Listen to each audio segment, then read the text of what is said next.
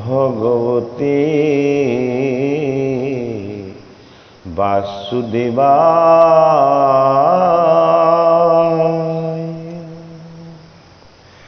जन्मनस्य यतवन्नयदे तरत चट्टे च विज्ञासरत् तेने ब्रह्माहिलायदिकमये मुह्यन्ति यत्सुरायः तेजो वरिमृदं यथा विनिमयो यत्रुतिसग्रो मिषा धन्नासेना सदनिरस्तकुहकं सत्यं परं धीमहि धर्मपूर्जिता कर्तव्यवट्टपरमो निमच्च शरणं सतं वेदं वास्तवमत्र वस्तु शिवदं तापत्रयोन्मूलनम् श्रीमद्भगवते महामुने कृते किंवा पररीश्वरः सज्रोहृदवरुद्धते यत्प्रकृतिभे शुशुभे तत्क्षणात् निगमाकल्पतरो गलितं फलं सुखमुखात् तद्रवसंयुतम् पियत भागवतं रसमलयं मुहुरुः रसिका भुवि भावुका भागवतर प्रथम स्कंधर 29 स्तव और भीष्মৰ मुख्य लाभ निगदते সুত শুনি মুকৰি সিজত ক্ৰোধে ভীমসেন আহি সেই সময়ত দহন চুবায়া বোলে কম্পায়া সৰি এ জানতে কাটা কাটা দ্রুষ্ট ব্রাহ্মণ রখি দ্রৌপদী বুলন্দ রাখা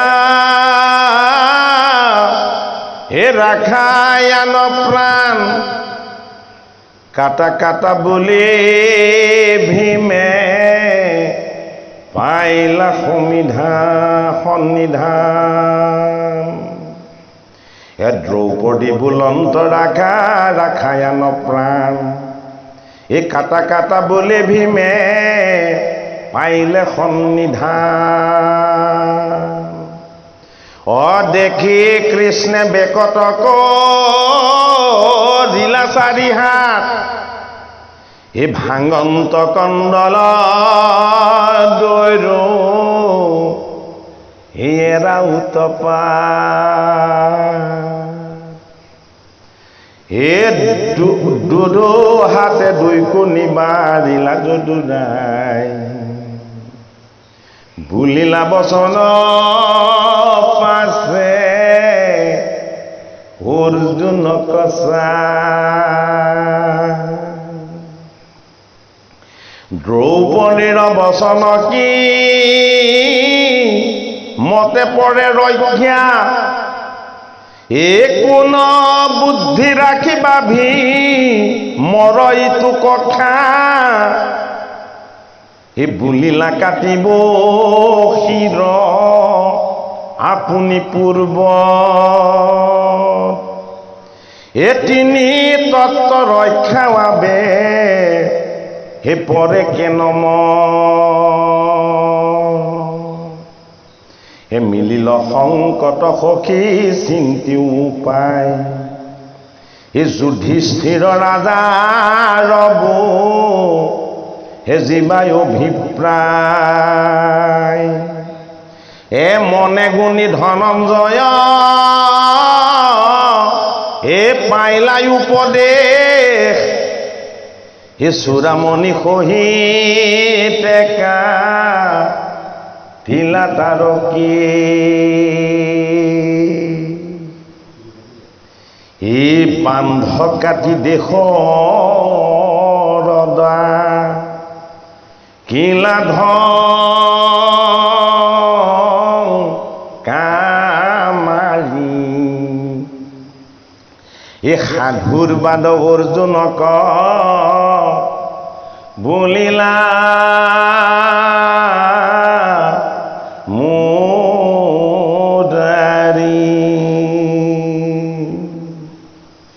এ মুণ্ড মুণ্ডি সৰ্বস্ৰক কৰিব আগ্ৰহ নিকালিব দেশৰ ভাং গিবোতা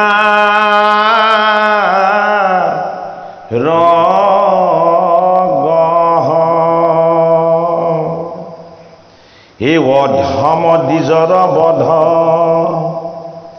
এইহে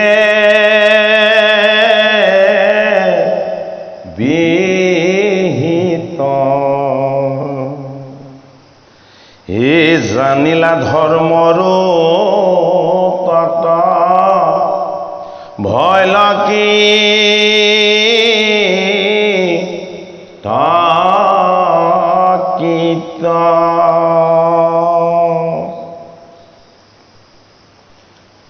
নিগদতি সুত শুনিউকৰ ঋষি যথ অৰ্থাৎ নৈমিষ ক্ষেত্ৰত সুত মুনিয়ে 28 সহস্ৰ ঋষিক সম্বোধন কৰি এই পৰম পবিত্ৰ ভাগৱত কথা ঋষি সমস্তক কৈছে উগ্ৰসভা সুত বা সুত মুনিয়ে ক্ৰোধে ভীম সেন আহি সেই সময়ত যেতিয়া অৰ্জুনে অশ্বত্থামাক হাত ভৰি সকলো সাৱটি এক কৰি বান্ধি ঠেকেচ মাৰি যেতিয়া দ্ৰৌপদীৰ সন্মুখত পেলাই দিলে দ্ৰৌপদীয়ে 5টা পুত্ৰ মৃত্যুৰ শোকত যিমান বিহ্বল আৰু কাতৰ হৈছে দ্ৰৌপদীৰ গুৰু আৰু অৰ্জুনৰো অস্ত্ৰ শিক্ষাৰ গুৰু দ্ৰোণাচাৰ্য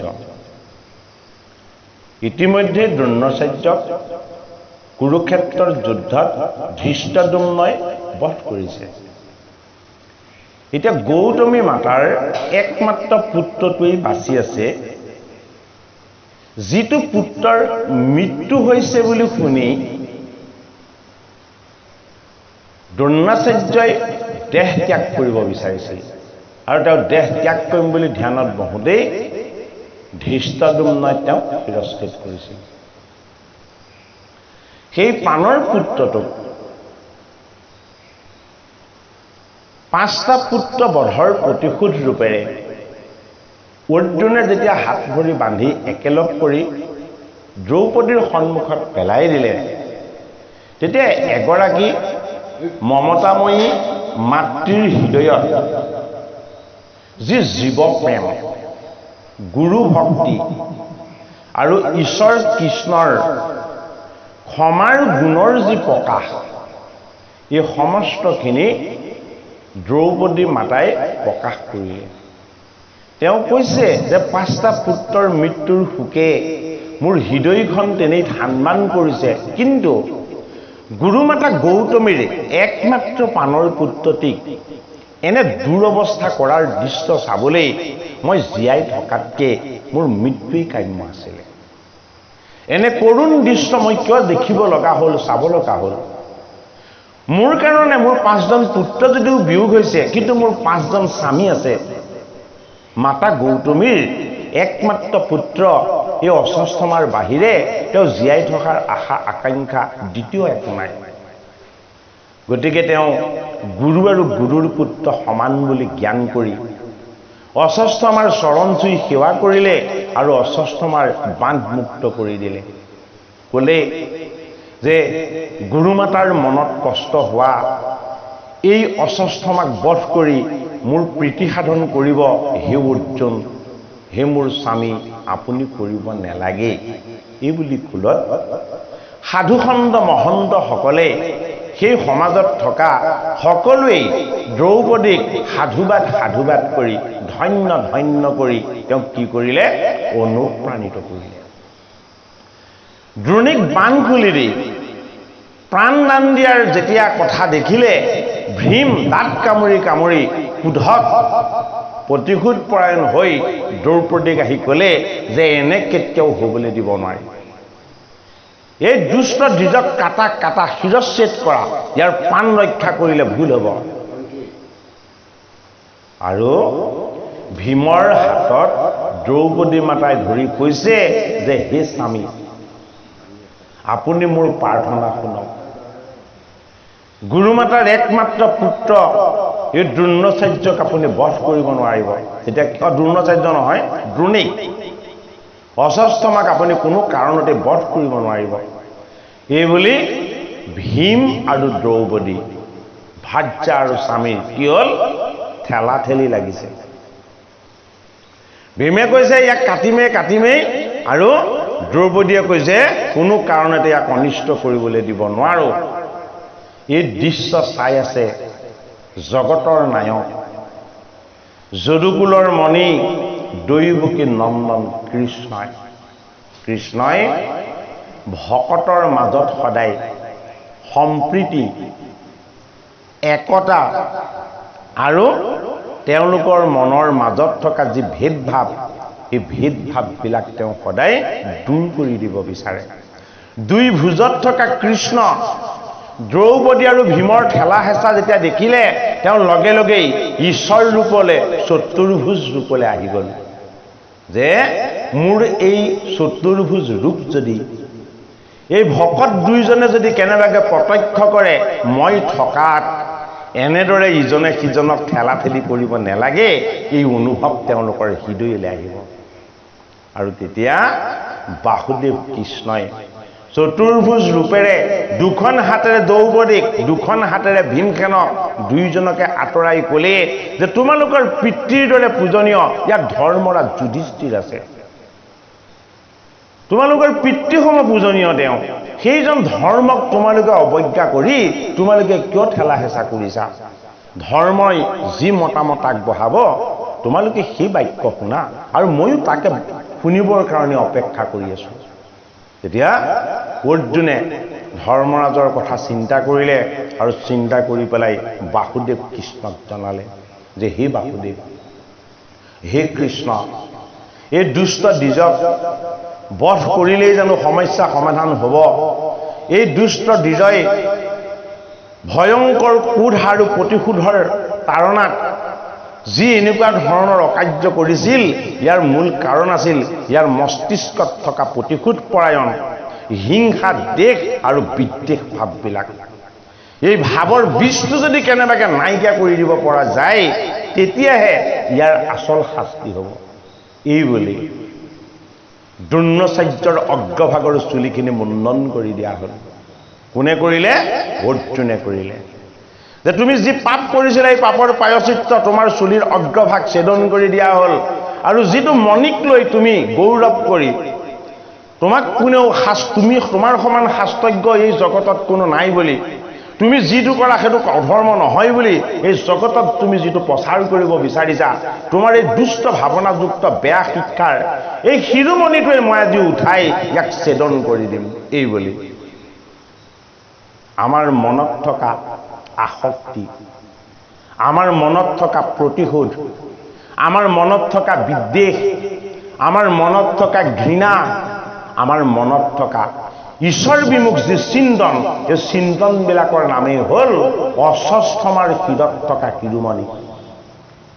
ভকতৰ সংগ নহ'লে, ভাগৱত শাস্ত্ৰ নহ'লে, গোবিন্দৰ উপাসনা নহ'লে, যিদৰে অশ্বস্থমাৰ শিৰত এই দুষ্ট ভাৱনাৰ শিৰোমণিটো সদায় জিলিকি আছে, আমাৰ শিৰতো এই দুষ্ট ভাৱনাযুক্ত ভক্তিহীন অজ্ঞান অবিদ্যাৰ শিৰোমণিটো সদায় জিলিকি থাকিব।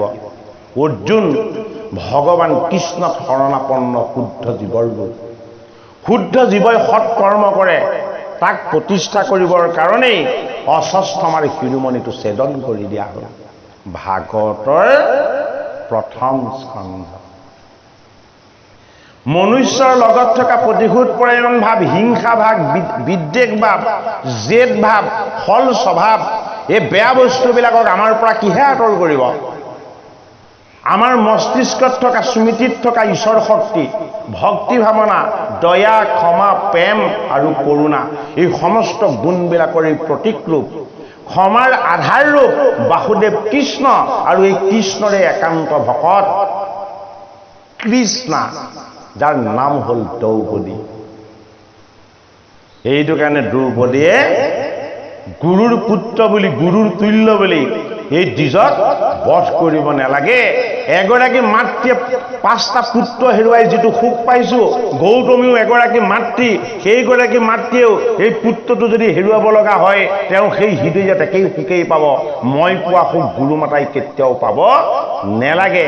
ভাগৱতৰ প্ৰথম স্কন্ধত ক্ষমাৰ মূৰ্তি হৈ, কৰোণাৰ মূৰ্তি হৈ, প্ৰতিশোধক পৰিত্যাগ কৰা এগৰাকী দেৱী হৈ সমস্ত সাধু সন্তজনেই দ্ৰৌপদীক সাধুবাদ কৰিলে যে তুমি যি কৰিছা ভাল কৰিছা।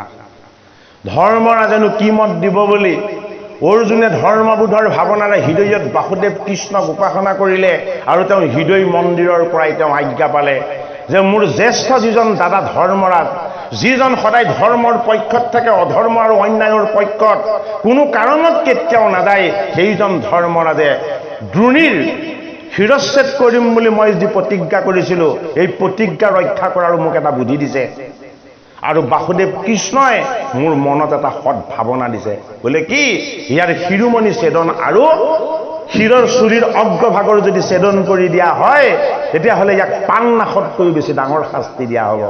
অৰ্থাৎ সন্মান হানি, সৌন্দৰ্য হানি, প্ৰতিষ্ঠা হানি, এই গোটেইখিনি হানি কৰি দিয়াটো আত্মহননতকৈও ডাঙৰ শাস্তি। ভাগৱতত আমাক সেইটোহে দেখাইছে। ব্যক্তিৰ মৃত্যুতেই সমস্তখিনি শেষ হৈ নাযায়। এজন ব্যক্তিক বেয়াৰ পৰা ভাললৈ, ভক্তিহীনতাৰ পৰা ভক্তিৰ পথলৈ, অশুদ্ধৰ পৰা শুদ্ধ বাতাবৰণলৈ যেতিয়ালৈকে আনি তেওঁক শুদ্ধ কৰি ল'ব পৰা নাযাব, তেতিয়ালৈকে জগতৰ হিত কুশল আৰু মংগল কেতিয়াও সাধন নহয়।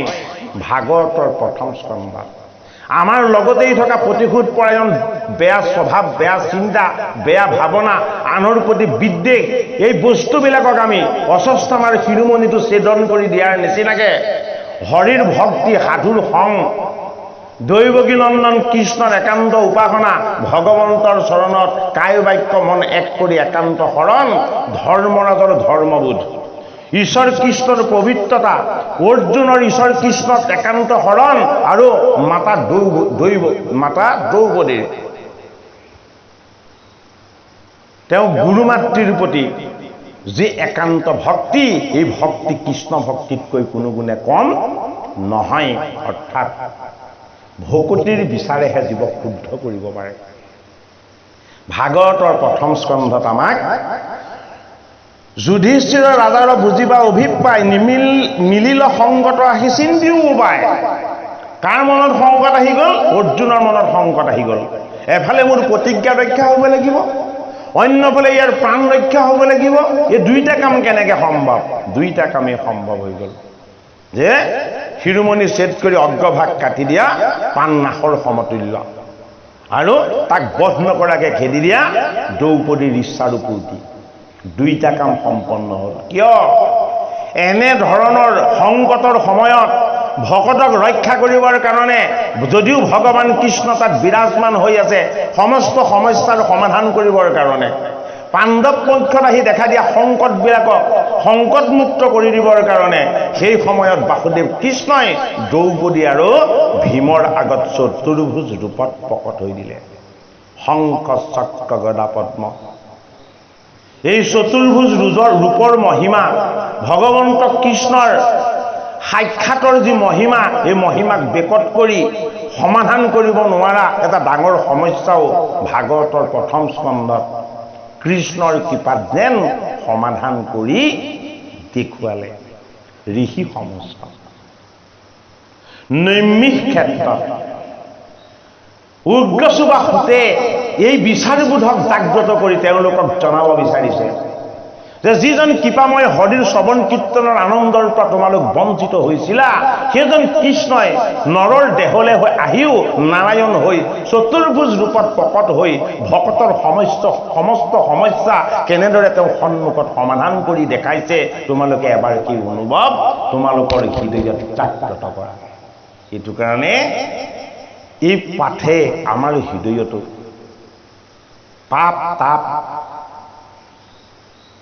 যিমানখিনি আমাৰ সঞ্চিত অপবিত্ৰতা আছিলে এই সমস্তখিনিকেই আমাৰ পৰা আঁতৰ কৰি দিব বিচাৰিছে।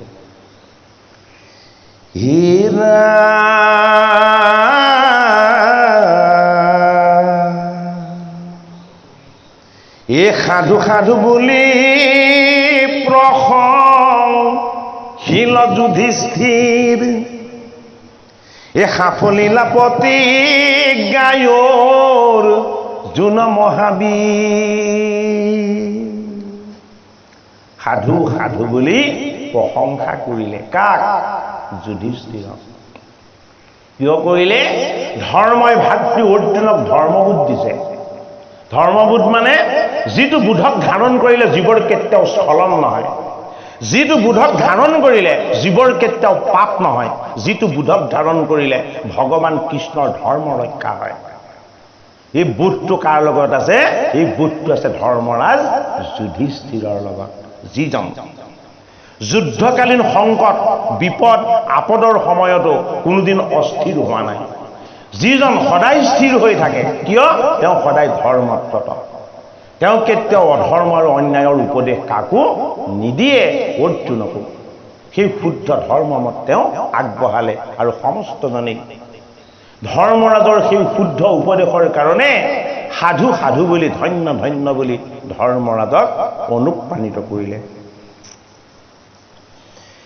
হে ৰাম এহিমতে অৰ্জুনক প্ৰশংসিত হিত, এ যুদ্ধ যিনি পাঞ্চ ভাই এ ভৈল কীত কীত, এ পৰম আনন্দ মনে মাধৱত হিত, এ গোবিন্দে পুৰিলা পাণ্ড বৰ মনোনীত,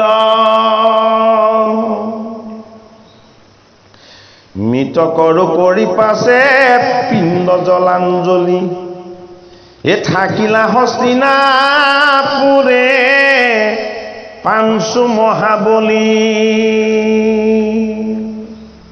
যিসকলৰ মৃত্যু হ'ল, মৃত্যুসকলৰ সংস্কাৰৰ কামখিনি শাস্ত্ৰসন্মতভাৱে পঞ্চ পাণ্ডৱে কৰি তেওঁলোক হস্তিনাপুৰতেই বঞ্চিলে। এ পাছৰ বৃত্তান্ত ইয়াবে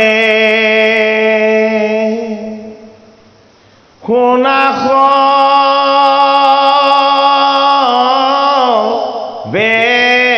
বেৰিষি, ভাৰত যুদ্ধক সাংগ কৰিয়া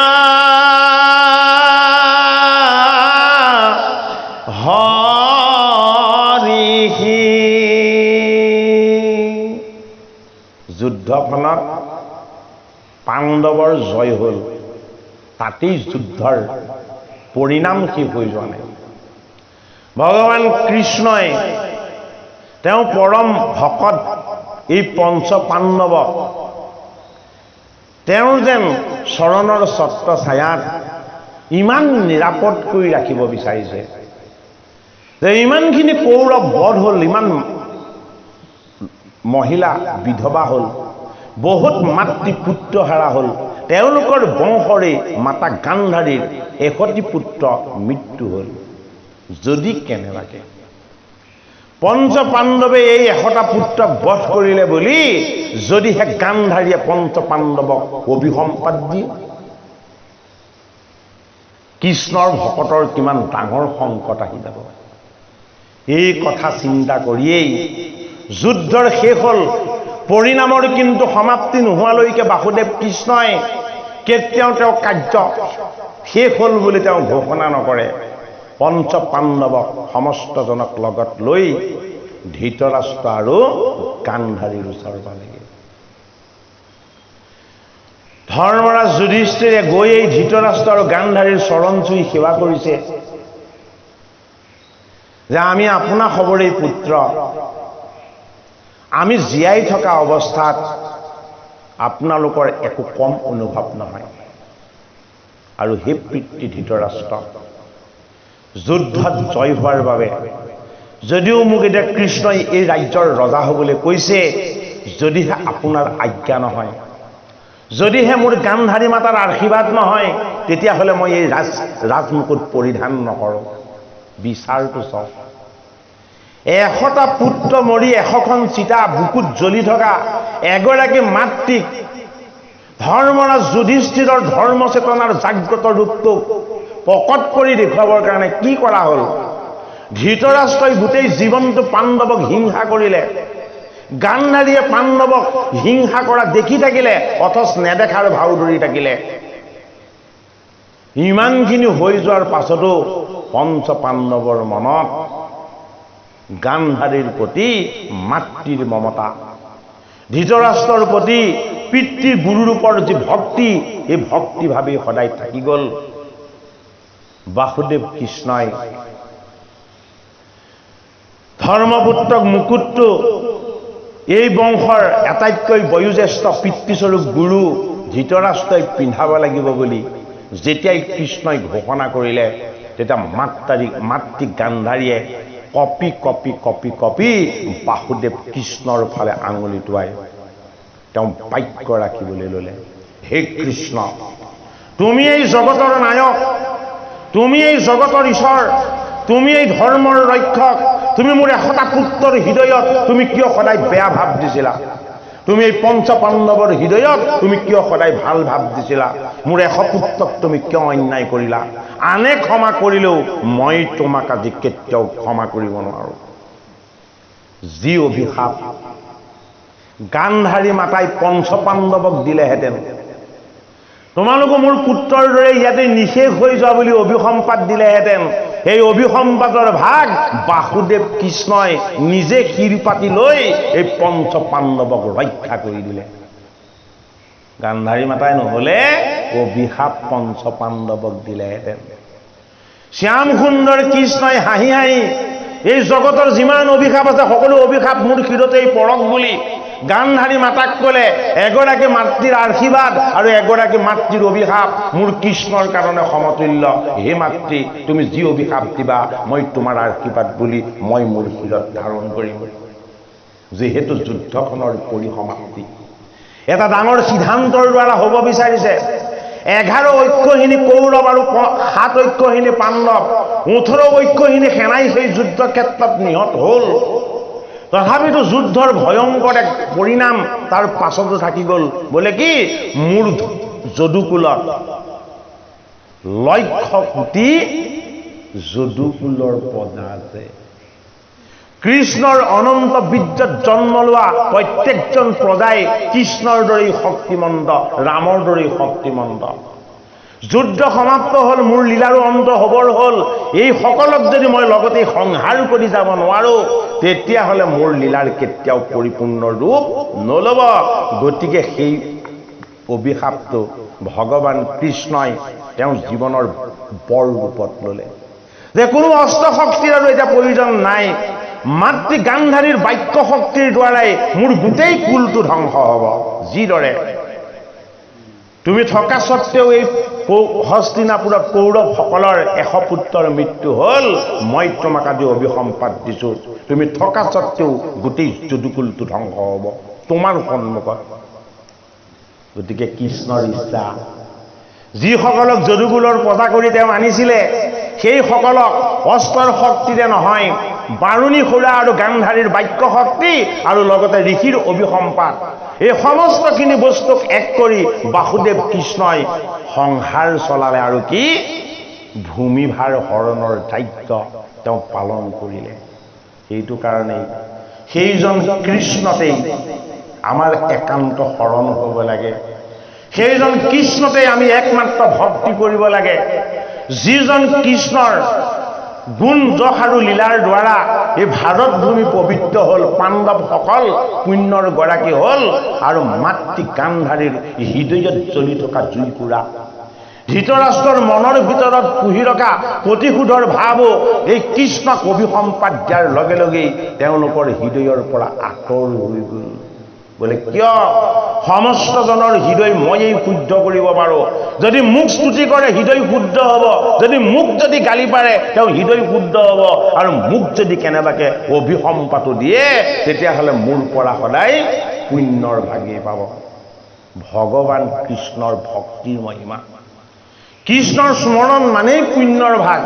এই কথাকে ঋষিসকলক নৈমিষ ক্ষেত্ৰত উৰ্গচুবাসুতে ভগৱন্ত কৃষ্ণৰ গুণযশ আৰু লীলাৰ তত্ত্বৰ কথা কৈ সহস্ৰ বছৰ যজ্ঞ কৰি তেওঁলোকে যি পুণ্যৰ ভাগ লাভ কৰিব পৰা নাছিলে, ভগৱান কৃষ্ণৰ এই গুণযশ আৰু লীলাৰ কথা শ্ৰৱণ কৰি ঋষিসকলৰ চকুৱেদি ভক্তিৰ গংগা বোৱাই তুলিছে। কোনে? সুতমুনিয়ে।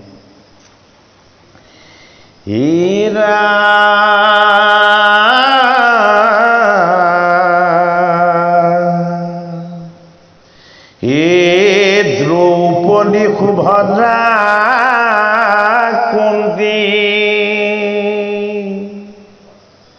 সবাকো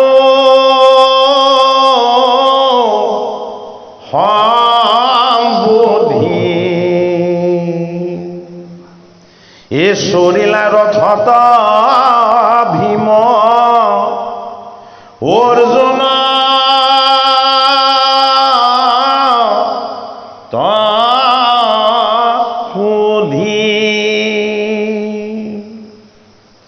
এ কৃষ্ণৰ বিয়োগ দুখ নসহ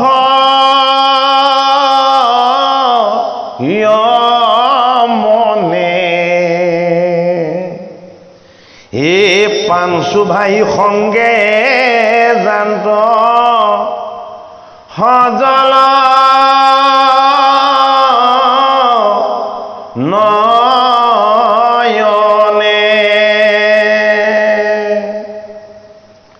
হেতুনি কমেলিলা লাঞ্জ কাটি যে নবাঘ, এ দুৰ্জন দিজৰ আছি এ চৰি গৈলা ৰাগ, এ পাঞ্চু ভাইক লাগি পাঞ্চ এ গোট ব্ৰহ্মবান, এ অৰণ্যৰ পৰা হে কৰিলা সন্ধান। গতিকে মৰ্যাদা হানিটো আত্মহননতকৈ ডাঙৰ শাস্তি। অৰণ্যৰ মাজলৈ গৈ সমস্ত অস্ত্ৰ শিক্ষাতেই পাৰ্গত সৰ্বশাস্ত্ৰজ্ঞ পণ্ডিত দ্ৰোণীয়ে ভাবিলে যে মোক আত্মহনন কৰাৰ, মোৰ সন্মান লাঘৱ কৰাৰ, হানি কৰাৰ তাৰ যিটো পৰিণাম, এই পৰিণাম পঞ্চ পাণ্ডৱে ভুগিবই লাগিব। কি কৰিলে? 5 পাত ব্ৰহ্মাস্ত্ৰ 5জন পাণ্ডৱক বধ কৰিবৰ কাৰণে তেওঁ অৰণ্যৰ পৰা এৰি দিলে। তেতিয়ালৈকে কৃষ্ণ পাণ্ডৱৰ লগত আছে। অন্তৰ্যামী কৃষ্ণই জানে ইয়াৰ পাছৰ পৰিঘটনাখিনি কি হ'ব। সেইটো কাৰণে কৃষ্ণই পাণ্ডৱক এৰি গুচি যোৱা নাই। হে ৰাম,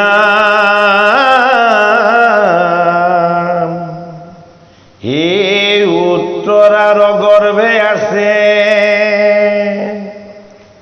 পাণ্ডুৰ সন্ততি, এ হানি লাগোতে ক ব্ৰহ্ম অস্ত্ৰতা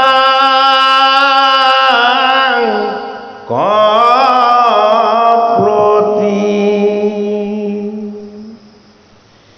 এ অপান্দ্ৰমা পৃথিৱীক ৰিবুৱা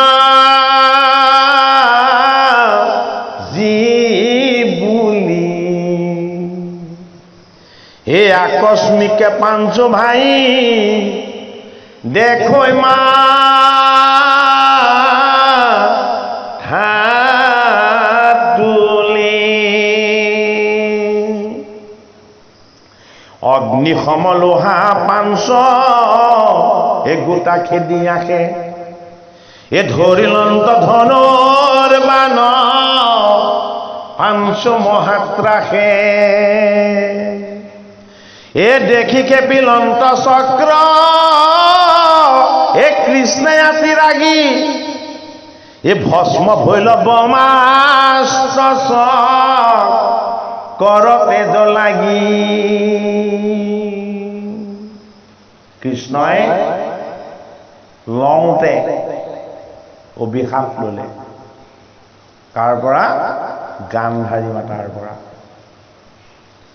আৰু দিওঁতে কি দিলে পাণ্ডৱক জীৱন দান দিলে তেওঁলোকৰ বংশ একেবাৰে অপাণ্ডৱা হৈ শেষ হওক যাক বুলি যি ব্ৰহ্মাস্ত্ৰ মাৰিছিলে এই ব্ৰহ্মাস্ত্ৰ নিৰ্যান কৰিব পৰাৰ শক্তি যিকণ আছিলে ব্ৰহ্মহায়ক অস্ত্ৰ ইতিমধ্যেই অৰ্জুনে প্ৰয়োগ কৰি সেই অস্ত্ৰ নিৰ্যান কৰিব পৰাৰ শক্তি সামৰ্থ্য অৰ্জুনে নাইকিয়া কৰি থৈছে ভগৱান কৃষ্ণৰ সুদৰ্শন চক্ৰই সমস্ত অস্ত্ৰৰ শক্তি আৰু সামৰ্থ্যক নিৰ্যান কৰি দিব পাৰে সেইটো কাৰণেই এইবাৰ বাসুদেৱ কৃষ্ণই তেওঁ চক্ৰৰ তত্ত্বটো প্ৰকাশ কৰিলে যি চক্ৰই জীৱক ৰক্ষা কৰে যি চক্ৰই এই জগত পবিত্ৰ কৰে যি চক্ৰই দুনিৰ ব্ৰহ্মাস্ত্ৰকো ধ্বংস কৰে সেই চক্ৰকে ধাৰণ কৰিছে সুদৰ্শন ৰূপত বাসুদেৱ কৃষ্ণই এই চক্ৰ তেওঁ যে এনেই ধাৰণ নকৰে তাকো বুজালে যে মোৰ পৰম ভকত পাণ্ডৱক যদি কেতিয়াবা বিপদ আহে মই যদি মোক যদি কেনেবাকে স্মৰণ কৰে তেতিয়াহ'লে মই মোৰ চক্ৰৰে সৈতে সমস্ত অমংগল সমস্ত সমস্যা সমস্ত তেওঁলোকৰ সংকট মই তেওঁলোকৰ পৰা মুক্ত কৰি দিওঁ সেইটো কাৰণে শংখ চক্ৰ গদা পদ্ম ঢাকা নাৰায়ণ দৈৱকীয়ে গৰ্ভস্তুতি কৰিছিল কৃষ্ণ হে ৰাম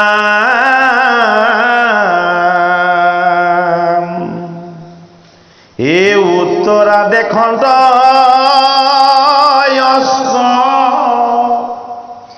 আশৈ লোহাময় এই গৰ্ভৰ বিনাশ হেতু ভৈলা মহাভয় দিলন্ত লৱৰৱাতি এ বিহ্বল স্বভাৱে এ ত্ৰাহি কৃষ্ণ কৃষ্ণ বুলি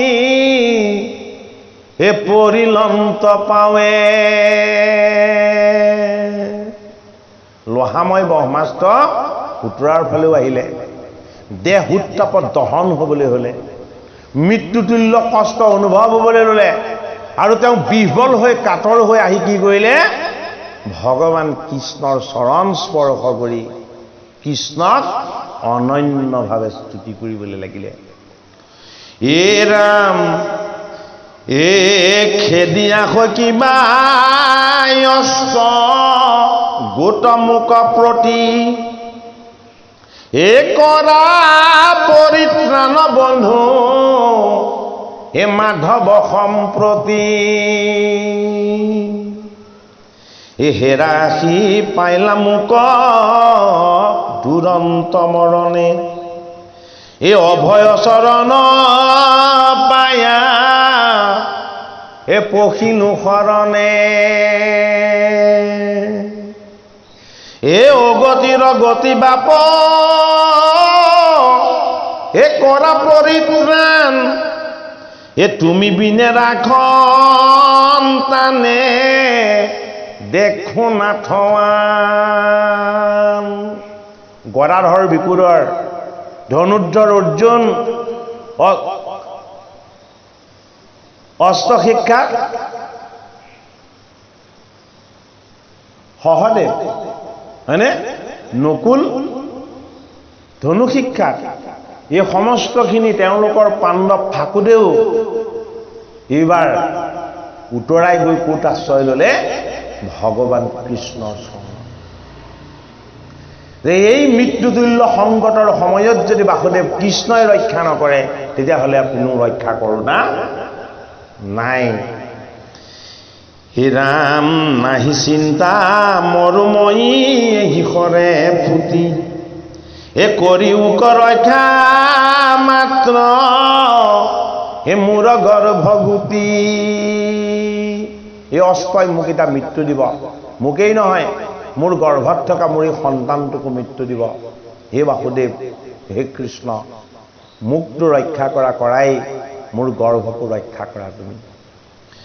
এহি বুলি কানন্ত কৃষ্ণৰ পাৱ চুই এ গৰ্ভত লাগিল গয়া এ ব্ৰহ্মাস্তৰ জুই। এ দেখিয়াথে বেথে তাক নাথ শিকেশ এ গদা ধৰি উদৰত ভৈলং তপবে। ক'ত প্ৰৱেশ হ'ল? এগৰাকী মাতৃয়ে যদি তেওঁৰ বিপদৰ সময়ত ভগৱান কৃষ্ণক স্মৰণ কৰে, ভগৱান কৃষ্ণৰ চৰণ স্পৰ্শ কৰিছোঁ বুলি যদি হৃদয় অনুভৱ কৰে, তেতিয়াহ'লে কৃষ্ণৰ আটাইতকৈ শক্তিমন্ত এক কষ্ট হ'ল গদা। এই গদা ধৰি তেওঁ কি হৈ গ'ল? গদাধৰ মাতৃৰ গৰ্ভত প্ৰৱেশ হৈ গ'ল। ডাঙৰ কথা হয়নে নহয় বাৰু? হা? মাতৃৰ গৰ্ভত যিটো শিশু মৃতপ্ৰায় হৈ গ'ল, যে এই জীৱটোক যেতিয়া ৰক্ষা কৰিবৰ কাৰণে যেতিয়া মোক মাতৃগৰাকীয়ে স্তুতি কৰিছে, গতিকে মই তাক কৃপা আধৰুৱা নকৰোঁ। যিহেতু সি জন্ম হোৱাৰ পাছত মোক দেখা নাপাব, ই গৰ্ভত থাকোঁতেই মোক দেখিব লাগিব। সেইটো কাৰণে এফালে তেওঁ অমৃত দৃষ্টিৰে তাক জীৱন দান দিছে, আৰু অন্যফালে চতুৰ্ভুজ ৰূপ ধাৰণ কৰি এই জীৱটোক তেওঁ সমস্ত অলংকাৰ আৰু সৌন্দৰ্যৰে সৈতে প্ৰকাশ হৈ তেওঁক প্ৰত্যক্ষ কৰাইছে। অৰ্থাৎ পৰীক্ষিত ৰূপী জীৱ কৃষ্ণৰে অংশ। কৃষ্ণৰ অংশ জীৱৰ লগত কৃষ্ণৰ আশীৰ্বাদ সদায় থাকিব। ভগৱান কৃষ্ণই আমাক সেই কথাও বুজাইছে এই লীলাৰ দ্বাৰা। আমি বহি থাকিব পাৰিলোহেঁতেন, কিন্তু ভাগৱত চৰ্চা নহ'লহেঁতেন। তাকে কৈছো, গ্ৰাম্য কথা পাতিলোহেঁতেন।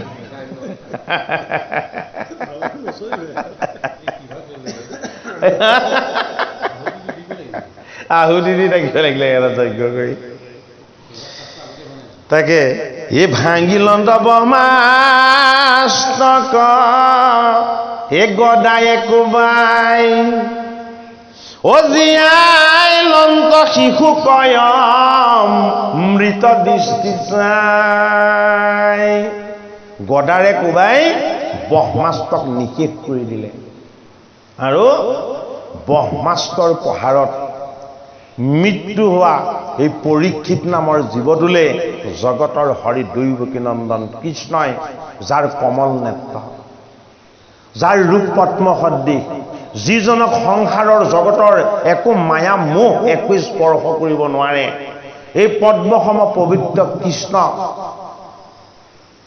সেই জীৱটিয়ে জীৱন পোৱাৰ পাছত আংগুষ্ট প্ৰমাণ ৰূপত গৰ্ভতে দৰ্শন পালে। এই কথা ঋষি সমাজক শ্ৰৱণ কৰাইছে, কিয়নো ঋষিসকলৰ কৃষ্ণ দৰ্শন হোৱা নাই। কৃষ্ণ দৰ্শন কৃষ্ণই আহি দেখা দিলেও হ'ব, কৃষ্ণ দৰ্শন যদি কৃষ্ণৰ অনন্য ৰূপ কোনোবাই বৰ্ণনা কৰি দিয়ে তেতিয়াও হ'ব। সেইটো কাৰণে ঋষিসকলক কৃষ্ণৰ এতিয়া ৰূপ দৰ্শন কৰাব, মানে তেওঁলোকৰ গুৰু ভগৱানে। হে ৰাম ভাঙিলন্ত ব্ৰহ্মাষ্টক গদায়ে কোবাই অজিয়াই লন্ত শিশু কয়ম মৃত দৃষ্টি চাই। হে পূৰ্ণ দশমাসে শিশু লভিলে চেতন এ মহাপুৰুষক তৈতে এ ভৈলা দৰিখন কেইমাহ পুৰ হৈ গ'ল কৃষ্ণ প্ৰৱেশ হোৱাৰ লগে লগে 10 মাহ পুৰ হৈ গ'ল অৰ্থাৎ ভগৱান কৃষ্ণই পূৰ্ণতা ৰূপ দিলে আৰু কি কৰিলে হে জীৱ তুমি মোৰেই অংশ মোৰ যদি ৰূপ তোমাৰ দৰ্শন হয় তেতিয়াহ'লে তুমি ধন্য হ'বা কিয় তোমাক মই ধন্য কৰিছো তোমাৰ মাতৃয়ে তুমি গৰ্ভত থাকোতে মোৰ চৰণ স্পৰ্শ কৰি হে কেশৱ মোৰ আৰু মোৰ সন্তানটিক ৰক্ষা কৰা বুলি স্তুতি কৰিলে সেইটো কাৰণে মই আধৰুৱা কৃপা নকৰো মই কৃপাচাৰ্য নহয় মই কৃপাময় হয় সেইটো কাৰণে পূৰ্ণ কৃপা পৰিপূৰ্ণ কৃপা কোনে কৰিব পাৰে ভগৱান কৃষ্ণই কৰিব পাৰে হে ৰামাঙ্গুষ্ঠ প্ৰমাণতনো মহাসুকুমাৰ ও চামতনো পিত বস্তে হে আতি দাতিস্কাৰ এ তৰিত জৰিত যেন নৱমেঘ ঘন খণ্ড এ মকৰ কুণ্ডলে কান্তি এ প্ৰকাশিত গন্ধ কৃষ্ণ ও হৰি ও কৃষ্ণ এ কণ্ঠত কৌস্তভ মণি এ যেন নব সূৰ্য এ অজানু লম্বিত মহা এ চাৰু চাৰি ভুজ শংখ চক্ৰ গদা পদ্ম হে আচই চাৰি হাতে হে ৰত্নৰ কিৰীতি শ্ৰীকি হে মিকি কৰৈ মাথে এ তৰুণ অৰুণ চাৰু এ পংকজ লোচন এ প্ৰকাশে উন্নত নাখা প্ৰসন্ন বদন হে ৰাম কুণ্ড কৰি খনই শত তাতে হাস এ কৰে ৰত্নময় হাৰ এ হিয়াত প্ৰকাশ এ কেউৰ কংকনে তাতে এ কৰৈৰ নিজিনি এ কথিত কনক কাঞ্চি এ জনকে কিংকিনী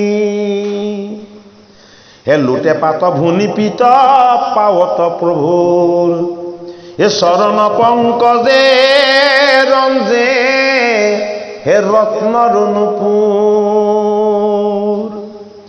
এ কোটি এক সখী সম এ শৰীৰ প্ৰকাশে এ ফুৰন্তে আচন্তে গদা এ ধৰি চাৰি পাশে গদায়ে অস্তৰ তেজ বিনাশন্তে আছে এ দেখো ঈশ্বৰক শিশু আপোনাৰ কাছে এ দেখন্তে অমৃত সিঞ্চয় ও যেন শৰীৰত এ কোন ইটো বুলি শিশু এ গুণিলে মনত মাতৃৰ গৰ্ভত থকা এই 10 মাহৰ শিশু দিয়ে ইমান অমৃতময় শ্যামতনু ৰত্নৰ নুপুৰ শিৰত কিৰীটি ইখত ইখত হাঁহি ইমান কৃপা দৃষ্টি কাৰ হ'ব পাৰে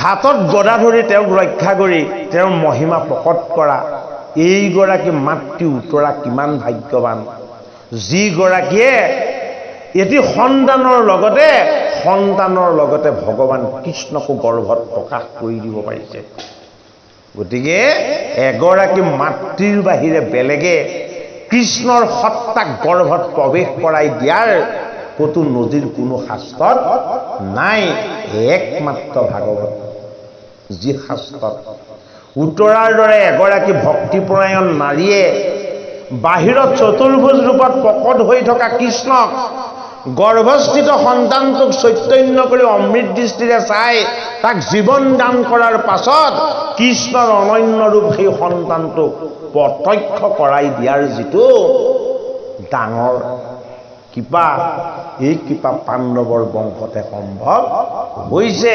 এই কথা শ্ৰৱণ কৰি ধন্য হৈছে 28 সহস্ৰ ঋষি। এই কথা কীৰ্তন কৰি ধন্য হৈছে তেওঁলোকৰ গুৰু ভগৱান কুটমুনি। এ আছিলে ককত ক্ষণ এ চাহি নেত্ৰ ভৰি এ ভৈলা অন্তহিত পাছে তৈতে মহাহৰি। শিশুটিয়ে এই অমৃত ৰূপ মই পান কৰোঁ, শিশুটিয়ে এই অমৃত মই প্ৰত্যক্ষ কৰোঁ, শিশুটিয়ে এই অমৃতৰ ভাগ যাতে মোৰ সদায় লাভ হৈ থাকে, এই বুলি শিশুটিয়েও সেই ৰূপটো চাই চাই যেতিয়াই বিভোৰ হ'বলৈ ল'লে কৃষ্ণ অন্তৰ্নিহিত হ'ল। অন্তৰ্নিহিত হ'ল মানে কি? অন্তৰ্ধ্যান হৈ দিলা। মাতৃৰ গৰ্ভত পৰীক্ষিতা আৰু তেওঁক দেখা নেপালে। এ শিশু জীৱই জানি সতী এ ভৈলা ভয়হীন এ গৈলা গৃহে মাধৱক এ কৰি প্ৰদক্ষিণ। কি কৰিলে?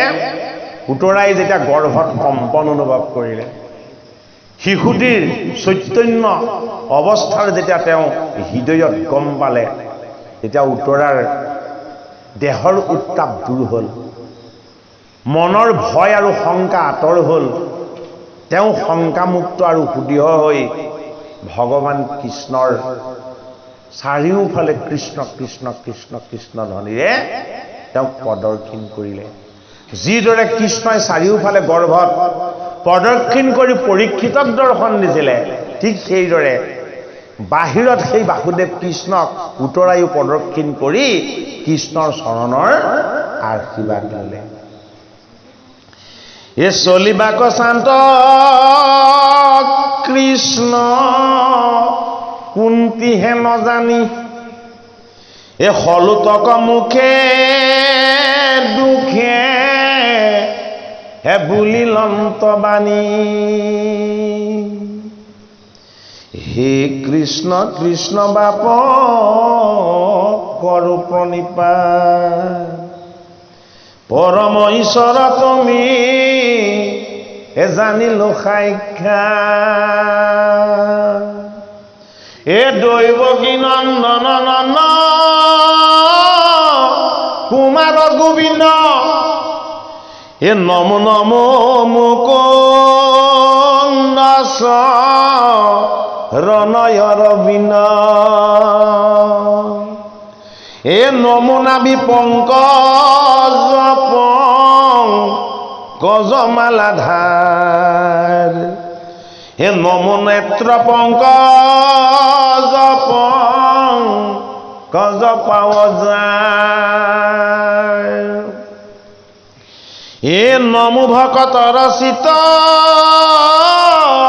এ বিত্ত অধিষ্ঠাতা এ দুৰ্গতি তাৰক মোৰ এ তুমি পিতা মাতা। এ বিষবহ্নি ৰাক্ষস দূৰ ঘোৰ বনবাস এ আজি অশ্বথামাৰ তত যাওঁ না। এ নানা বিপদত পুত্ৰ হমে আশা ৰাখি এ শতকে শুশুক যেন এ ঢাকি থাকে পাখি। এ কেৱলে ৰাখিলা মাত্ৰ অসিতু দৈৱকী এ জানিলো মোতে স্নেহ মাতৃটো অধিক। কুন্তীয়ে কৃষ্ণক স্তুতি কৰিছে। কুন্তীয়ে কৰা স্তুতি নৈমিষ ক্ষেত্ৰত ঋষিসকলে শ্ৰৱণ কৰিছে। এই স্তুতিকেই উগ্ৰসবাসুতে কৰি শুনাইছে ক'ত? নৈমিষ ক্ষেত্ৰত কৃষ্ণৰ স্তুতিত কৃষ্ণ প্ৰকট হয়। যিজন কৃষ্ণক নেজানি তেওঁলোকে যজ্ঞ কৰিছিলে, যজ্ঞৰ পৰা তেওঁলোকৰ একো লাভ নহ'ল। যেতিয়াই সুতমুনিয়ে কুন্তি মাতাই কৰা স্তুতি যেতিয়া ঋষিসকলৰ আগত কৰিলে, ঋষিসকলৰ চকুৱেদি ভক্তিৰ বন্যা ববলৈ ধৰিলে। যে আমি যজ্ঞ কৰোঁতে আমাৰ দাড়ি চুলিহে ধোৱা বৰ্ণৰ হৈছিলে, আমাৰ চকুৱেদি ভক্তিৰ চকু পানী বোৱা নাছিলে। কিন্তু যেতিয়াই আমাৰ গুৰু ভগৱান সুতে ভগৱন্ত কৃষ্ণৰ একান্ত ভক্তিৰ তত্ত্ব, কৃষ্ণৰ ৰূপ আৰু কুন্তি মাতাৰ এই কৃষ্ণৰ স্তুতি আমাক যেতিয়াই কীৰ্তন কৰি শুনালে, কৃষ্ণৰ স্তুতিত ঋষিসকলৰ চকুৱেদি চকু পানী ববলৈ ল'লে। অৰ্থাৎ ভগৱান কৃষ্ণৰ স্তুতি আৰু উপাসনাৰ সমান পুণ্যময় পবিত্ৰ বস্তু এই জগতৰ আৰু দ্বিতীয় একো নাই। সেইটো কাৰণে কুন্তি মাতাই কৈছে যে তুমি তোমাৰ মাতৃ দৈৱকীতকৈও তুমি মোক বেছি স্নেহ কৰা।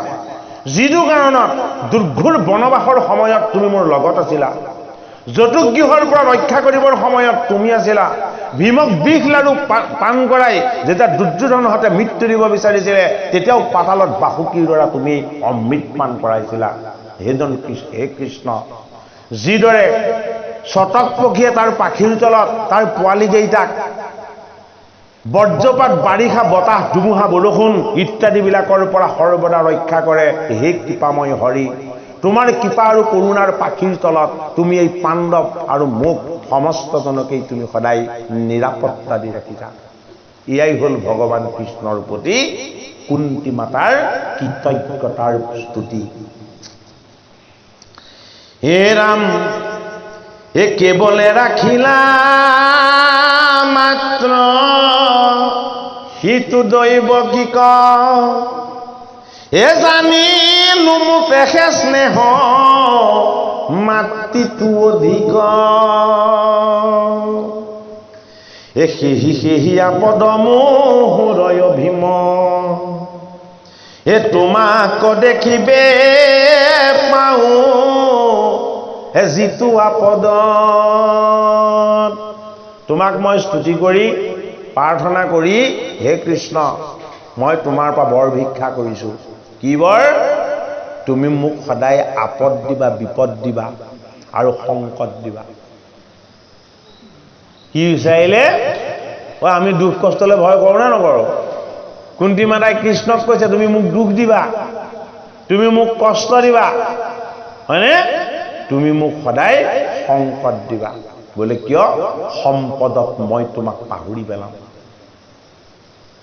যেতিয়া মই বনবাসী আছিলোঁ, যেতিয়া মোৰ পুত্ৰসকল অৰণ্যত আছিলে, যেতিয়া মোৰ থাকিবলৈ স্থান নাছিলে, যেতিয়া যুদ্ধ দাবামা বাজি আছিলে, হে কৃষ্ণ তেতিয়া তুমি মোৰ ৰক্ষক হৈ লগত আছিলা। আজি মোৰ পুত্ৰ ধৰ্মপুত্ৰ যুধিষ্ঠিৰ ৰজা হ'ল, পাণ্ডৱ এই ভাৰত ভূমিৰ স্বাধীন এখন ৰাজ্যৰ তেওঁলোক এতিয়া কি হ'ল? গৰাকী হ'ল। আৰু এতিয়া তুমি কি কৰিছা? এই পাণ্ডৱক এৰি যাবলৈ ওলাইছা। জানা সম্পদত তোমাক কোনেও নিবিচাৰে। এইটো কাৰণে অন্তিম সময়লৈকে মোৰ বংশ ধ্বংস হোৱা ইমান ডাঙৰ সংকটো তুমি মোৰ ওচৰলৈ আনি দিছা, অথচ সমস্ত সংকটৰ পৰাই তুমি মোক ৰক্ষা কৰিছা। গতিকে সেই দুখ, সেই আপদ, সেই কষ্ট তুমি মোক জীৱনত সদায় দি থাকিবা। যিখিনি দুখ আৰু কষ্টৰ পৰা পৰিত্ৰাণ পাবৰ কাৰণে মই তোমাৰ এগৰাকী সেৱিকা হৈ মই যাতে সদায় তোমাক হৃদয়ত স্মৰণ কৰি থাকিব পাৰোঁ। এয়া হ'ল ভাগৱতৰ কুন্তি স্তৱ। কুন্তি স্তৱত ভগৱান কৃষ্ণৰ পৰা সুখ, শান্তি আৰু আনন্দ ভিক্ষা কৰা হোৱা নাই। এইটো কাৰণে ভাগৱতৰ প্ৰথম স্কন্ধতেই দিছে কুন্তি স্তৱ। ভগৱান কৃষ্ণৰ পৰা সকলোৱে যিটো বিচাৰে, কুন্তি মাতাই ভগৱান কৃষ্ণৰ পৰা সেইটো নিবিচাৰিলে। কিয়? ভাগৱত গন্ধ বিপৰীত আমাক দেখাইছে এইটো। হে কেহু এ শ্ৰী ভৈলে ভুলৈ মন এ কৰৈ নানা কাম এ সম্পদত নপাৰতো মাৰলৈ বেনাম। শ্ৰী মানে কি? ধন সম্পদ ঐশ্বৰ্য। এইবিলাকক শ্ৰী বুলি কোৱা হয়। যে মোৰ ধন সম্পদ আৰু ঐশ্বৰ্য যদি হয় তেতিয়াহ'লে কি হ'ব? মোৰ মনটো চঞ্চল হৈ মই এতিয়া কি কৰোঁ, কলৈ যাওঁ, কেনেকৈ কটাওঁ, এইবিলাক বাহ্যিকমুখী ভাৱনা মোৰ মনলৈ আহি যাব। কুন্তী মাতাই কৈছে সম্পদত নপাৰো তোমাৰ লৈবে নাম। মোৰ সুখৰ সময়ত তোমাৰ নাম লোৱাৰ প্ৰয়োজনেই অনুভৱ নকৰিম।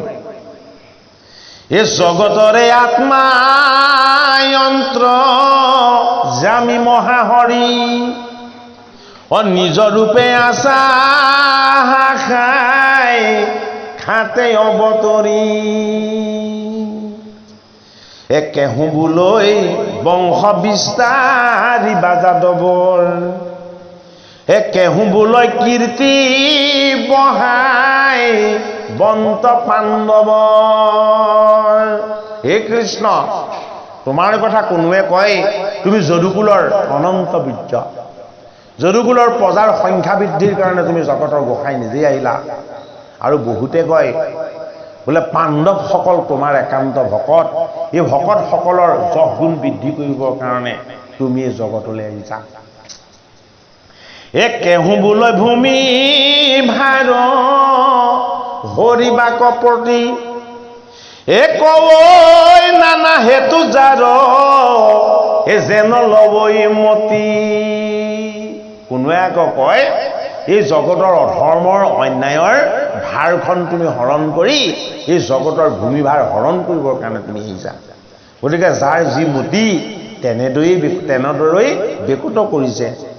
এই কাম্য কৰ্ম কৰি মৰৈ যত মোহমতি অভয়ন তবে কত তাক হে নিষ্ঠাৰিবে প্ৰতি।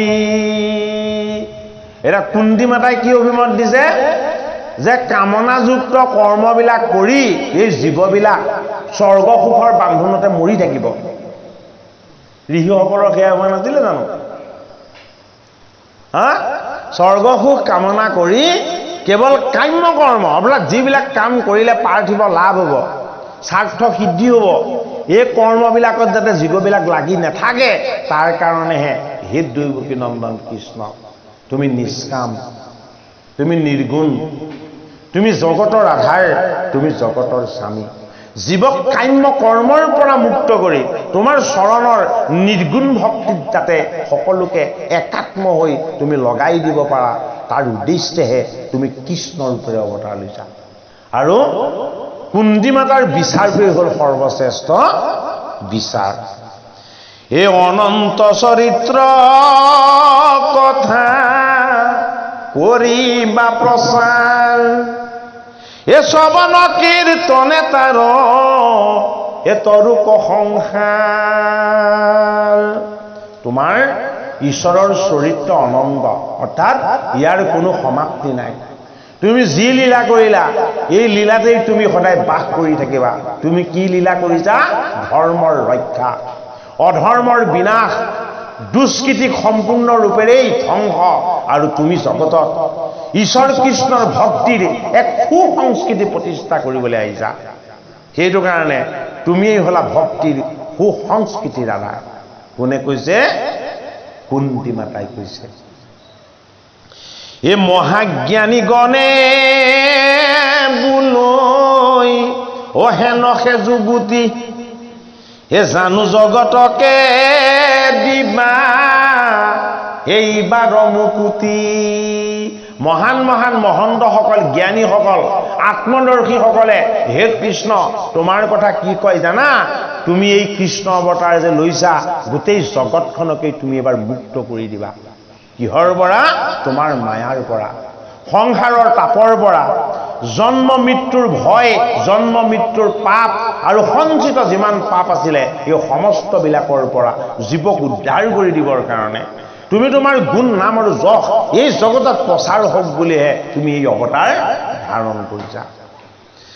এ ভৈলা বিদিত আখি এ আপুনি ঈশ্বৰে এ তোমাকে খে নজানি কো হে মতি নৰমৰে এ শুনৈ গাৱৈ স্মৰৈ যিটো তোমাৰ কথা এ আনে গাৱৈ কীৰ্তন সংসে যিটো আতা এ অচিৰকালত পাৱৈ এ তোমাৰ চৰণ এ আউৰ দুনাই নাই তাৰ এ জনম মৰণ। হে কৃষ্ণ, তুমি যি এই ধৰ্ম ৰক্ষাৰ সত্য প্ৰতিষ্ঠাৰ তুমি যি লীলা কৰিলা, এই লীলা যি কীৰ্তন কৰিব, যি শ্ৰৱণ কৰিব, কি হ'ব? সেইজন উদ্ধাৰ হ'ব। সেই জীৱ আৰু জন্ম মৃত্যুৰ আয়াদাত যোনিলে আহি থাকিব নালাগে। গোটেই জগতকে উদ্ধাৰ কৰিবৰ কাৰণে এইবাৰ তুমি কৃষ্ণ ৰূপত অৱতাৰ লৈছা। এ তুমি এৰিলা তই আমি মৃতক পৰাই এ নগৈলে যাদৱ গণ এ মৰৈ সমুদ্ৰাই এ একো বুলি বাকময়ী এ নপাৰো সম্প্ৰতি এ যেন লাগে কৰা দেৱ অগতিৰ গতি। হে কৃষ্ণ, তুমি তোমাৰ ধৰ্ম প্ৰতিষ্ঠা কৰি অধৰ্মক বিনাশ কৰি মোৰ জ্যেষ্ঠ পুত্ৰ যুধিষ্ঠিৰক তুমি ৰাজমুকুট পিন্ধাই তুমি এতিয়া তোমাৰ যদুকুললৈ তুমি এতিয়া ঘূৰি যাবলৈ ওলাইছা। তুমি যদি ঘূৰি নোযোৱা, তোমাৰ প্ৰেমত কাতৰ হৈ থকা 16,168 মহিয়সী সৰ্বদা তোমাৰ বিৰহত কাতৰ হৈ আছে, সেই সকলো মৃতপাই হ'ব। গতিকে আমিও যদি তুমি গুচি যোৱা, আমিও কি হ'ম? আমিও মৃতপাই হ'ম। কৃষ্ণ কি? কৃষ্ণ হ'ল সমস্তৰে আত্মা। সেইটো কাৰণে সেই কৃষ্ণৰ সত্তা য'তেই থাকে তাতেই মংগলময়। ভাগৱতৰ প্ৰথম স্কন্ধত আমাক ইয়া দেখাইছে, এ তোমাক চিন্দিবে নপাউইহে মূৰখে এ যাদৱ পাণ্ডৱ বংশে এ কৰা স্নেহচীন। মোৰ অন্য তোমাৰ ওচৰত কোনো খেদ নাই। হে কৃষ্ণ, তোমাৰ এই মংগলময় ঈশ্বৰ ৰূপ দৰ্শন কৰি মই অত্যন্ত আনন্দিত হৈছিলোঁ। আৰু তুমি যেতিয়া আমাক এৰি যাবা, তোমাৰ এই মংগলময় ঈশ্বৰ ৰূপ দৰ্শন কৰি পোৱা যিটো আনন্দ, সেই আনন্দৰ পৰা মই বঞ্চিত হ'ব লাগিব। কিন্তু মই বঞ্চিত হ'ম বুলি মই তোমাক আজ্ঞা কৰিব নোৱাৰোঁ। তুমি আৰু অলপ দিন আমাৰ লগতেই থাকা বুলি। হে জগতৰ স্বাধীন সত্তা, হে জগতৰ নিয়ন্ত্ৰক দৈৱকী নন্দন কৃষ্ণ, মোৰ তোমাৰ ওচৰত এটাই প্ৰাৰ্থনা, তুমি যিটো ইচ্ছা কৰা মোৰো সেইটোৱেই কাম্য।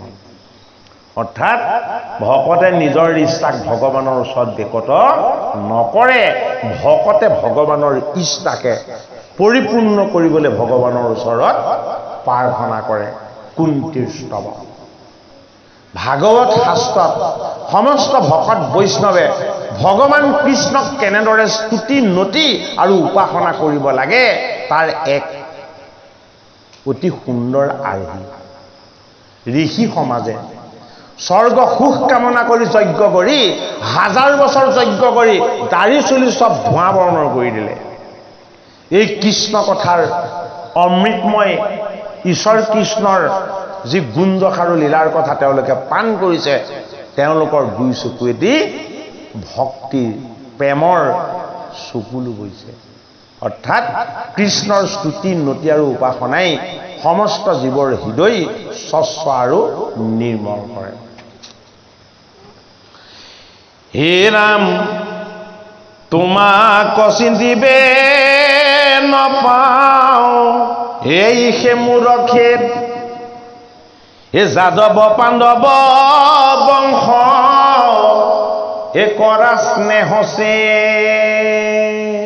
হে কৃষ্ণ তুমি দুটা বংশৰ সেতু হলা কি সেতু ধৰ্ম সেতু তুমি যাদৱ বংশৰ যদুকুলৰ মণি আৰু পাণ্ডৱ বংশৰ তুমি পবিত্ৰ ঈশ্বৰ এই দুইটা বংশৰ লগতে তুমি এটা সম্বন্ধ ৰচনা কৰিছা যিটো সম্বন্ধ আচলতে তোমাৰ লগত থাকিব নালাগে কি সম্বন্ধ এটা মায়াৰ সম্বন্ধ যদুকুলৰ তুমি বংশধৰ আৰু পাণ্ডৱসকলৰ কাৰণে মই তোমাৰ পানৰ পেহী গতিকে মই তোমাক স্তুতি কৰিছো এই মায়াৰ সম্বন্ধ দুটাও যাতে তুমি এতিয়াৰ পৰা নিশেষ কৰি দিয়া কম দা হা কোনদিয়ে সেইটোহে বিচাৰিছে মায়াৰ সম্বন্ধটো আমাৰ থাকিব নালাগে বলে কি তুমি সমস্ত জগতৰে ঈশ্বৰ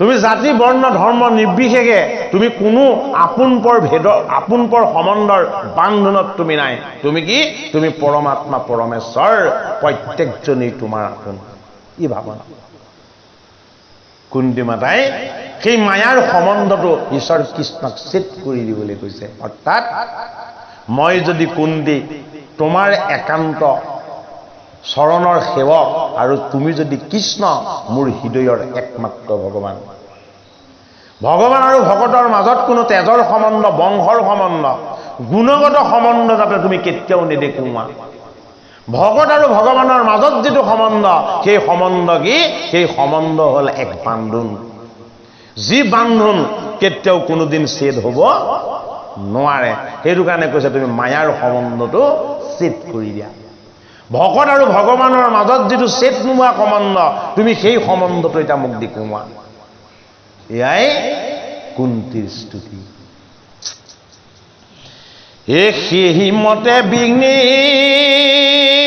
কোনো গণি মোৰ মন সদায় স্মৰক মাত্ৰ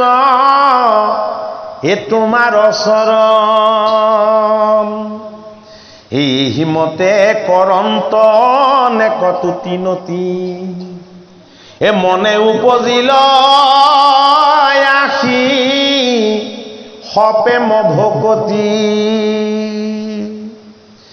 শিহৰি শৰীৰ নিৰ ব্ৰহে অবিশ্ৰান্ত কৃষ্ণৰ আগত পৰি কুন্তি কান্দিলন্দ কুন্তিয়ে ভগৱান কৃষ্ণক তুমি মোক দুখ দিয়া কষ্ট দিয়া প্ৰতিটো দুখ আৰু কষ্টত হে কৃষ্ণ মই কেৱল তোমাক স্মৰণ কৰিম তোমাৰ স্মৰণৰ যিটো আনন্দ এই আনন্দটোৰে মই হৃদয়ত সদায় অনুভৱ কৰিব বিচাৰো তাৰ বাহিৰে তোমাৰ পৰা মোৰ একো পাব লগা নাই আৰু মই তোমাৰ পৰা একো নিবিচাৰো এই বুলি কৈ কুন্তি মাতাই কৃষ্ণৰ চৰণত চুই হুক হুককে কান্দিবলৈ ধৰিলে কুন্তি মাতাৰ চকুৰ পৰা কি হৈ গ'ল চকু পানী ওলাই কৃষ্ণৰ চৰণ যেন তেওঁ চকু পানীয়ে ধুৱাই দিবলৈ ধৰিলে এই মতে কৰন্তয়নে কতুতি নতি মনে উপজিল আখি সপে মভকতি দুগৰাকী মাতৃ এগৰাকী মাতৃৰ মনত প্ৰতিশোধৰ অগ্নি তুমি বেয়া ভাৱ বেয়া গুণ অৱগুণবিলাক মোৰ পুত্ৰক দি মোৰ পুত্ৰকেইটাক জগতত তুমি বেয়া কৰি দেখুৱালা এইটো কাৰণে মই তোমাক অভিসম্পাত দিছো তোমাৰ কাৰণেই তোমাৰ যদুকুলটো ধ্বংস হ'ব আৰু এগৰাকী মাতৃয়ে দুৰ্যোধনক বনবাস দিয়া নাই দুঃশাসনৰ ৰাজ্য কাঢ়ি লোৱা নাই সমস্ত সা সম্পদ ঐশ্বৰ্য বিভূতিৰেই গান্ধাৰীৰ পুত্ৰকেইটাক কিন্তু কৃষ্ণই সমস্ত সম্ভাৰেৰে পৰিপূৰ্ণ কৰি দিছিলে হয়নে কিন্তু অভাৱ অনাটন বনবাস দুখ কষ্ট এই সমস্তখিনি দিছিলে পাণ্ডৱৰ পুণ্যময় পবিত্ৰ মাতৃ কুন্তিয়ে কৃষ্ণৰ পৰা ল'বলৈ শিকা নাই কৃষ্ণই যিমান দিছে তাক অনুভৱ কৰিবলৈ শিকিছে যে তুমি যি দিলা জগতত আৰু কোনেও সেইখিনি দিব নোৱাৰে সেইটো কাৰণে কৈছে তোমাৰ চৰণত মোক ঠাই দিয়া আৰু তোমাক যাতে মই সদায় স্মৰণ কৰিব পাৰো হে কৃষ্ণ তুমি মোক সেই সুযোগ দিয়া এ শিহৰি শৰীৰ নীৰব্ৰহে বিশ্ৰাম অ কৃষ্ণৰা এ শিহৰি শৰীৰ নীৰ এ বহে বিশ্ৰান্ত এ কৃষ্ণৰ আগত পৰি কুন্তি কান্দিলন্ত হে পৰম ভগতি দেখি জগত নিবাস ঐ এহি হৌক বুলি হাকি এ কৰিলাই আশ্ৰা ও নজাই বুদৰকা বুলি ও পালতিলা হৰি এ দুনাই গৃহ পখিলা কোন এটিক আজ্ঞা কৰি যশোদাই কৃষ্ণক উৰালটোত বান্ধি ৰাখিছিলে কিমান সময় ৰাখিছিলে খন্তেক সময় জামাল অৰ্জুন দুজোপাক সাপমুক্ত কৰি দিয়াৰ পাছত কৃষ্ণই সেই বান্ধন আকৌ কি কৰিলে খুলি পেলালে কুন্তি মাতাই ভগৱান কৃষ্ণৰ চৰণত প্ৰণাম কৰি সেৱা কৰি কান্দি কান্দি যেতিয়া কৃষ্ণক স্তুতি কৰিলে যুদ্ধ প্ৰাৰম্ভতে আহি 18 দিনৰ যুদ্ধ সমাপ্ত হৈ পাণ্ডৱক গান্ধাৰী মাতা আৰু তেওঁলোকৰ ধৃতৰাষ্ট্ৰৰ পৰা অভিসম্পাত মুক্ত কৰি দ্ৰোণীৰ অস্ত্ৰৰ পৰা পঞ্চ পাণ্ডৱক ৰক্ষা কৰি গৰ্ভত থকা পৰীক্ষিত নামৰ জীৱক জীৱন দান দি অমৃত দৰ্শন কৰাই সমস্তখিনি কাৰ্য সমাপ্ত কৰি কৃষ্ণ দ্বাৰকালৈ যাবলৈ ওলাওঁতেও যেতিয়া কুন্তি মাতাই আকৌ স্তুতি কৰিলে যে তোমাৰ ইচ্ছা তোমাৰ যি ইচ্ছা হ'ব সেয়াই মোৰ ইচ্ছা বুলি মই ভাবিম গতিকে তোমাক নাপালে যদুকুলৰ প্ৰজাসকলেও মৃতপ্ৰায় হৈ থাকিব কৃষ্ণই কুন্তিৰ ভক্তিত সিদ্ধান্ত সলনি কৰিলে ভগৱানৰ সিদ্ধান্ত সলনি ভাগৱতৰ প্ৰথম স্কন্ধ এয়াই কুন্তি স্তুতি যি স্তুতিৰ যোগেদি দ্বাৰকালৈ যাম বুলি সিদ্ধান্ত লোৱা বাসুদেৱ কৃষ্ণয়ো আকৌ পাণ্ডৱৰ লগতেই ইন্দ্ৰপ্ৰস্থ আৰু হস্তিনাপুৰতেই থাকিম বুলি কুন্তি মাতাক আশ্বাস দিলে যে হে মোৰ প্ৰাণৰ পেহী মই এতিয়াই দ্বাৰকালৈ যোৱাৰ সিদ্ধান্ত লোৱা নাই এয়াই কৃষ্ণৰ মহিমা এয়াই কৃষ্ণৰ প্ৰেম হে দুনাই গৃহ পখিলা কুন্তিক আগ কৰি ও দুনাই যাই বেচান্ত স্ত্ৰী থাকি গৈছে হে ৰাম দুনাই যাই বেচান্ত স্ত্ৰী সবক প্ৰবুধি ও কাতৰ কৰিয়া ৰাজা এ থাকিলা নিৰুধি ও 7-8 অধ্যায় ইয়ৰ কথা কৈলা এ ভীষ্ম মুখ উৎসৱক হিবে সুত লৈলা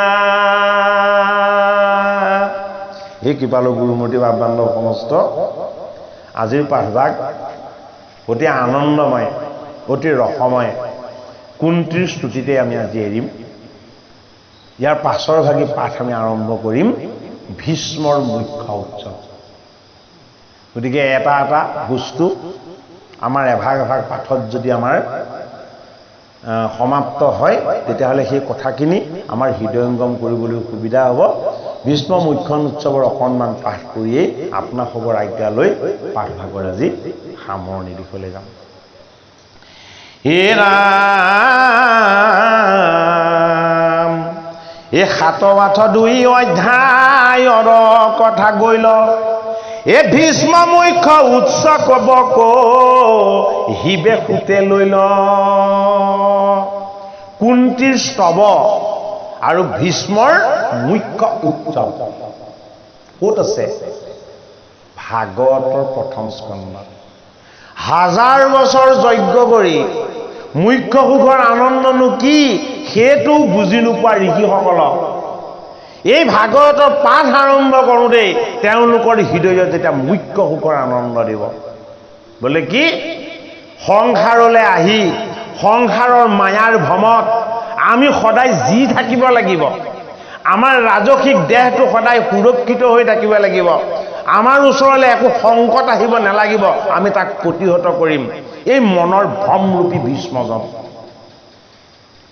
10 দিনৰ যুদ্ধত কি হ'ল সৰসজ্জাত পৰি গ'ল এই 10টা ইন্দ্ৰিয় যেতিয়া ই শক্তি হেৰুৱাব বয়সৰ তাগিদাত যেতিয়া ই অচল হৈ পৰিব তেতিয়া এই দেহে কোৰ আশ্ৰয় ল'ব হৈ এখন জড়সজ্জাৰ আশ্ৰয় ল'ব এই জড়সজ্জাখনেই হ'ল পিতামহ ভীষ্মৰ সৰসজ্জা এই সৰসজ্জাত পৰি থাকি জীৱনটোত সকলোকে দুৰ্যোধন দুঃশাসন কৌৰৱ সমস্তকে হস্তিনাপুৰৰ সিংহাসন মই জীয়াই থকালৈকে সুৰক্ষিত কৰি ৰাখিম বুলি যিজনে প্ৰতিজ্ঞা কৰিছিল সেইজনৰ মুখ্য সৰসজ্জাত পৰাৰ পাছতহে হৈছে এয়াই ভাগৱত শাস্ত্ৰৰ সিদ্ধান্ত মুখ্য সুখৰ আনন্দ জীৱনৰ ভোগ বিলাস আনন্দ শক্তি সামৰ্থ্য এইবিলাক থাকোঁতে আমাৰ ওচৰলৈ হয়তো নাহিব পাৰে যেতিয়া আমাৰ বয়স ভাটি দিব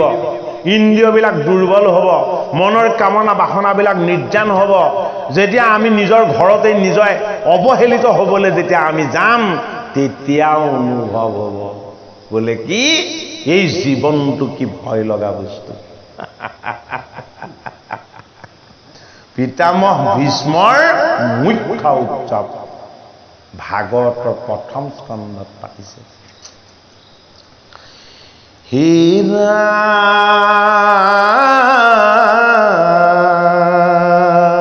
ৰাম হে গোহত্যাপাত ৰে যুধিষ্ঠিৰ এ মাধৱৰ প্ৰবোধেনো ভৈল বুদ্ধি ধীৰ গো হত্যা মানে কি যুধিষ্ঠিৰে গায়বধ কৰিছিলে নেকি হা গো গো শব্দে বেদ গো শব্দে গুৰু গো শব্দে প্ৰকৃতি গো শব্দে গোকুল গো শব্দে গোবিন্দ গো শব্দে গোবৰ্ধন এই সমস্ত তত্ত্বক এক কৰি কুৰুক্ষেত্ৰৰ যুদ্ধত গুৰুজনৰ মৃত্যু হ'ল তেওঁলোকৰ বংশৰে ইষ্ট মিত্ৰসকলৰ বধ হ'ল আপোন স্বজন ইষ্ট মিত্ৰ এই সমস্তজনক আধ্যাত্মিক ভাষাত কোৱা হয় গো বুলি সেইটো কাৰণে গোবধ পাতক কোনে অনুভৱ কৰিছে ধৰ্মৰাজ যুধিষ্ঠিৰে হৃদয়ত কৰিছে যে এই সিংহাসনখনৰ কাৰণে ধৰ্ম ৰক্ষাৰ হেতু এইখন ৰাজ্য শাসন কৰি মই ৰজা হ'বৰ কাৰণে মই যি কৰ্ম কৰিলোঁ এয়া মোৰ গো হত্যাৰ দৰে পাতক সঞ্চিত হ'ল বাসুদেৱ কৃষ্ণক কৈছে তুমি যিমান প্ৰবোধ দিলেও মই কেতিয়াও স্থিৰ হ'ব পৰা নাই ইমানখিনি লোক যে যুদ্ধত বধ হ'ল এই পাপৰ পৰা মই কেতিয়া মুক্ত হ'ম হয়নে বাৰু ভীষ্মৰ মুখ্য উৎসৱ যেতিয়ালৈকে ধৰ্মৰাজ যুধিষ্ঠিৰৰ মনৰ পৰা এই মনৰ শংকা যেতিয়ালৈকে দূৰ হৈ নাযাব তেতিয়ালৈকে ঈশ্বৰ কৃষ্ণৰ যি সত্য ধৰ্ম এই সত্য ধৰ্ম জগতত প্ৰতিষ্ঠা নহ'ব হে ৰাম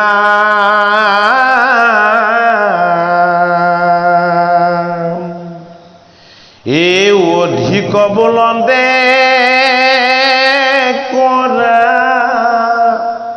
কৃষ্ণক বিচাৰ এ বুজিলো সকলো তোমাৰ ৰেখে কুটনা মনটো বৰ বেছিকে গুজৰি গুমৰি থাকিলত কৃষ্ণ দ্বাৰকাতে যে আছে কৃষ্ণক কৈছে হে কেশৱ এইবোৰ সব তোমাৰেই কুট কৌশল নেকি মোৰ মনটো যে অশান্ত হৈছে মই যে অস্থিৰ হৈ পৰিছোঁ মই যে পাপৰ পৰা উদ্ধাৰ হোৱা নাই মোৰ যে এনে অনুভৱ হৈছে এইবিলাক তোমাৰেই কুৎসা ৰচনা নেকি তে কৃষ্ণত সন্দেহ ডাঙৰ কথা আনত সন্দেহ কৰিলে পাপ হয় কৃষ্ণত সন্দেহ কৰিলে ভক্তি হয় কৃষ্ণত যদি সন্দেহ কৰা যায় তেতিয়াহ'লে ভক্তি হয় বোলে কিয় সকলো সন্দেহ দূৰ কৰি দিব পৰা ঈশ্বৰ দৈৱকী নন্দন কৃষ্ণ একানন্ত কৰিলো বুলি সুহিদ বিঘাত অব্যাসৰ বাক্যত নাই হে ৰাজাৰ সঞ্জাত এ কহন্ত যতে যজ্ঞ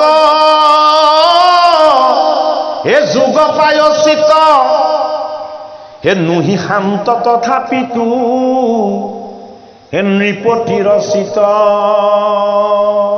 হে কৃষ্ণ আমাৰ কুলৰ আচাৰ্য স্বৰূপ টিকালজ্ঞ ঋষি বেদব্যাসে আমাক যিমান বিধি বিধান পায়চিত্ৰ আদিৰ ব্যৱস্থা ক'লে মই সমস্তখিনি কৰিলোঁ কিন্তু মোৰ মনৰ শংকা দূৰ হোৱা নাই বোলে কিয় মই যেন পাপৰ পৰা মুক্ত হ'ব পৰা নাই ধৰ্মৰ ধৰ্মবোধ এই ঈশ্বৰৰ ইচ্ছা কোনে এ কৰিবে নিৰোধ অ ভীষ্মৰ মুখে সেয়াংক কৰাইব প্ৰবোধ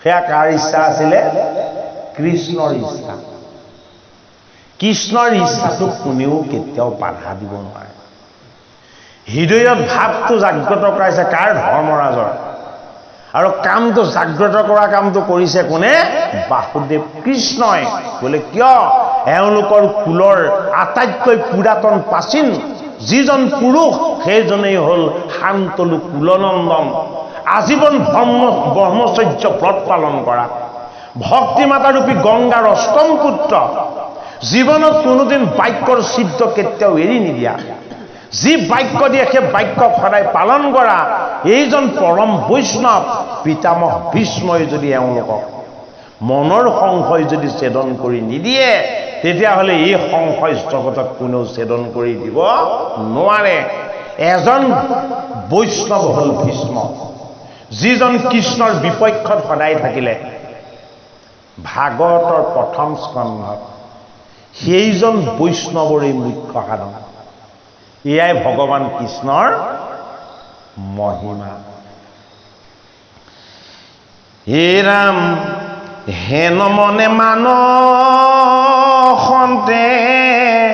হে ঈশ্বৰ মাধৱে এ গৈলা কুৰুক্ষেত্ৰ কপান দবশ বান্ধৱে এ কুন্তি আদি কৰি নাৰী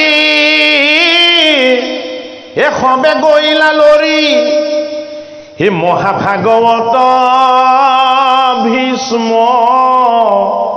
জড়িত আছে পৰি ও দেখিলা ভীষ্মক শৰ শয্যাত আচলতে এ যেন পুৰন্দৰ পাত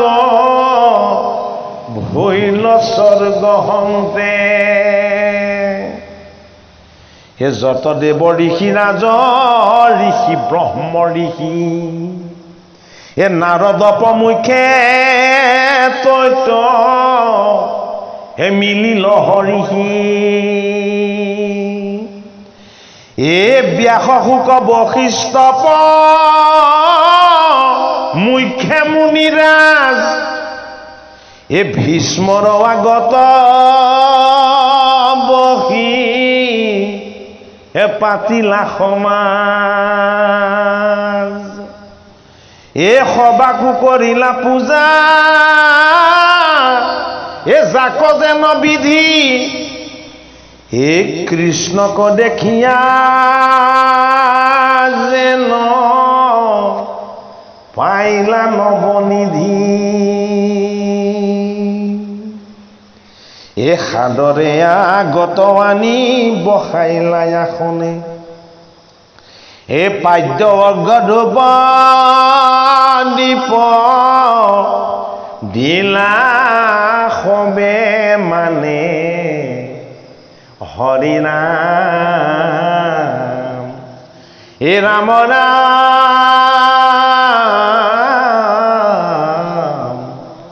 ৰাম ৰাম